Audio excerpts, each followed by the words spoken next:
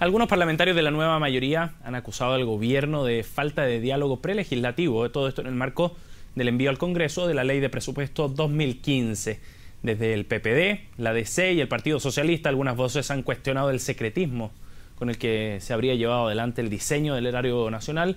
Incluso han condicionado, de hecho, la aprobación de algunas partidas. Abordamos la polémica con quien hizo la primera acusación en esta línea, precisamente el presidente del PPD, el senador Jaime Quintana. Gracias por estar con nosotros, senador. Buenos días, Sebastián. Senador, ¿cómo se origina todo este conflicto? Mira, yo no creo que estemos en presencia de un conflicto. Yo creo que aquí hay alguna distancia, ¿no es cierto?, en la manera como se prepara esto, cómo se presenta desde el punto de vista de los partidos, de los parlamentarios, que es natural y obvio que se trata de la coalición de gobierno. Por lo tanto, lo que nosotros hubiésemos esperado era más bien algún señalamiento de los aspectos generales del presupuesto. ¿Pero por qué tanta de manera molestia? previa. ¿Qué es lo que le molestó? Yo creo que son distintas cosas, y te insisto, son aspectos más bien de forma. Una vez despejado el tema del presupuesto, anunciado en cadena nacional por la presidenta, yo diría que eso desaparece. Yo ayer tuve una conversación con el ministro Arena, donde le expresé nuestra preocupación como partido. ¿Y qué le dijo? Él asume que las cosas se pudieran haber hecho de una mejor manera, pero tampoco estamos frente a una cosa tan grave. Que hubiésemos esperado los parlamentarios, la mayoría, los presidentes de partidos, haber entregado algunas miradas, algunos puntos de vista. Ahora, la verdad que buena parte de eso fueron recogidos en el presupuesto. Yo nunca tuve dudas que este iba a ser un presupuesto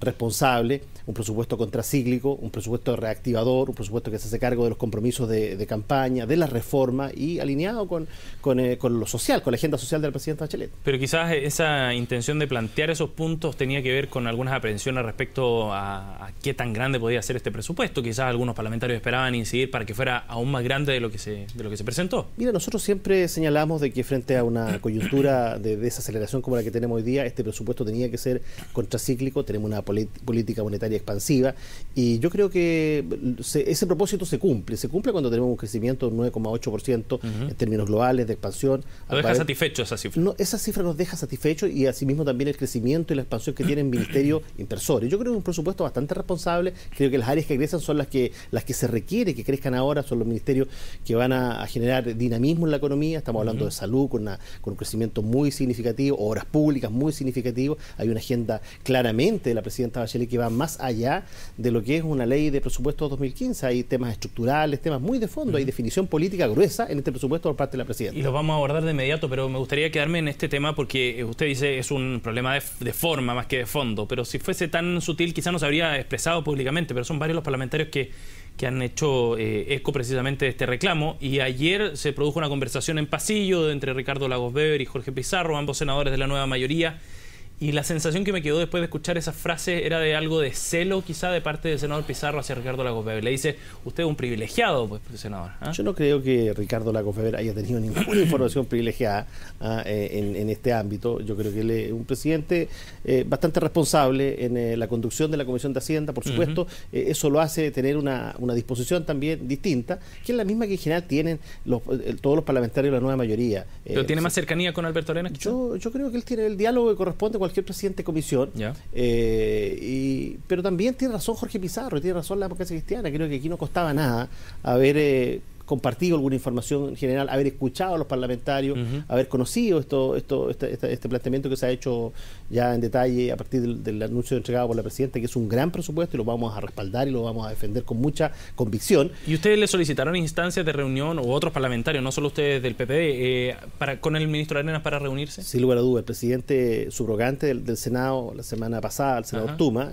pidió en nombre de todos los comités de la nueva mayoría una reunión del ministro de Hacienda, y esa reunión no se produjo, y eso generó. ¿Y por qué no se quiso juntar con usted el ministro? Yo no sé cuáles serían los problemas de agenda que tuvo el ministro en esa oportunidad, pero mira, esto, Sebastián, finalmente generan estados de ánimo, pero nosotros en la nueva mayoría no nos movemos por estados de ánimo en estos temas. Nosotros vamos a actuar con convicción. Este es el primer presupuesto de la presidenta Bachelet, es un presupuesto responsable, reactivador, que se preocupa en lo social, que cumple los compromisos y está alineado con las grandes reformas de este gobierno. Por lo tanto, vamos a respaldar. Sin duda nos parece muy bien la expansión del presupuesto, porque permite generar empleo y permite enfrentar esta situación de coyuntura más delicada. Senador, ¿se gestó a última hora el presupuesto? No.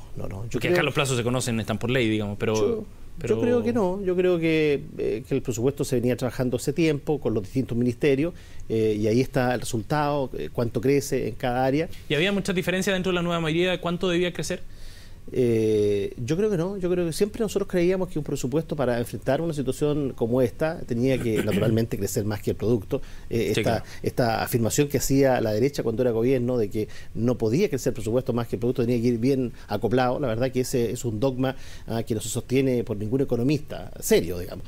Yo creo que un presupuesto distinto, responsable, que cuida los temas estructurales de la economía y que va a permitir, va a contribuir a reactivarla. ¿Sabe por qué le preguntaba por el monto y las visiones que tenían dentro de la nueva mayoría? Porque el ministro de Hacienda fue director de presupuesto y los acusan en general a los directores de presupuesto de ser un poco mano de guagua y de cuidar mucho las platas fiscales.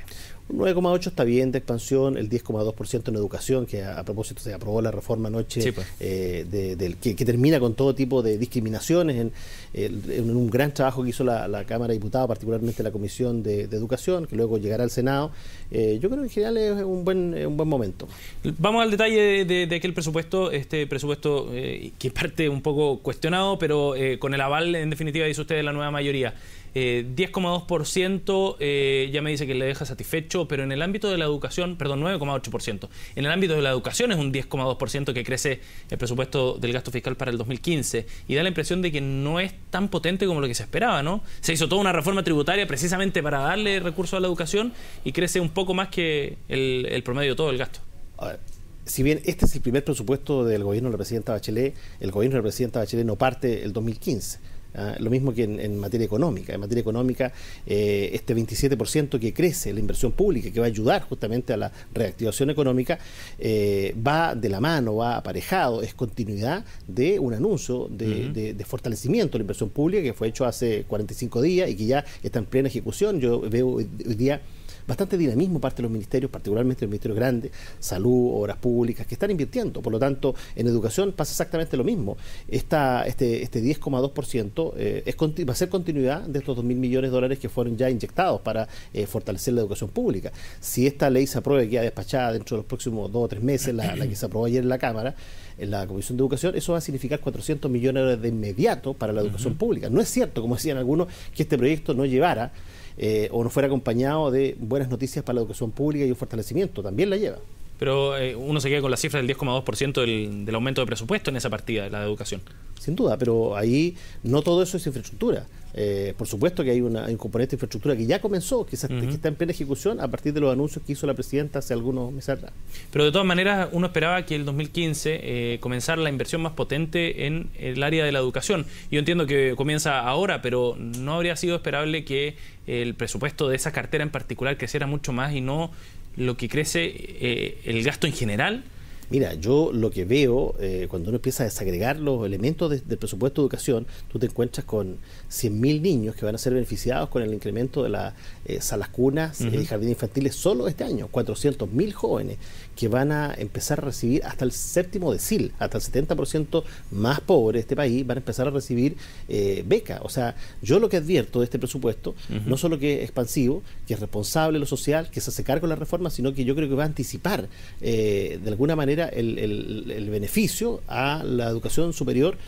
Por supuesto que la gratuidad como derecho universal va en otra ley y quedará consagrada para ejercerse plenamente después de este gobierno. Pero yo creo que nosotros podemos llegar con beneficios al 70% más vulnerable antes del término de este gobierno a partir de los datos que entrega el presupuesto entregado por la presidenta. Oiga, senador, y hablando precisamente para terminar de ese sello contracíclico, hay varios economistas que cuestionan precisamente que efectivamente este aumento del gasto vaya a ejercer un poder de reactivación en la economía nacional, porque en el fondo dicen, como hay una reforma tributaria, son recursos de privados que pasaron al Estado, pero a diferencia de lo que sucedió en el 2009, donde se trajo plata de afuera, esto es un movimiento, digamos, de caja, pero no va a generar mayor impacto en el crecimiento de la economía. He escuchado algunas declaraciones del exministro Felipe Larraín, que siempre está muy atento ahí a disparar frente a cualquier noticia. Y otros ministros sin ese sesgo político, si usted quiere. Y probablemente algunos otro economista con menos sesgo político, pero yo lo he escuchado atentamente a todo ello y yo lo que advierto es más bien un cierto escepticismo. No hay una crítica de fondo a este presupuesto hasta el momento, a ningún sector político ni económico le he escuchado ninguna crítica directa a este presupuesto, muy por el contrario. O sea, escepticismo respecto al efecto que pueda tener. Escepticismo si realmente esos 139.000 empleos que ha comprometido la presidenta se van a cumplir y cuánto de eso ayuda a reactivar la economía. Yo creo que ese quinto que representa el PIB, el Estado en el PIB, yo creo que va, sin lugar a dudas, a contribuir, ¿no es cierto?, a que la economía, a que el sector privado también haga lo suyo. Senador Quintanilla, muchas gracias por haber venido a CNN Chile. Muchas gracias, Sebastián. Que tenga un buen día.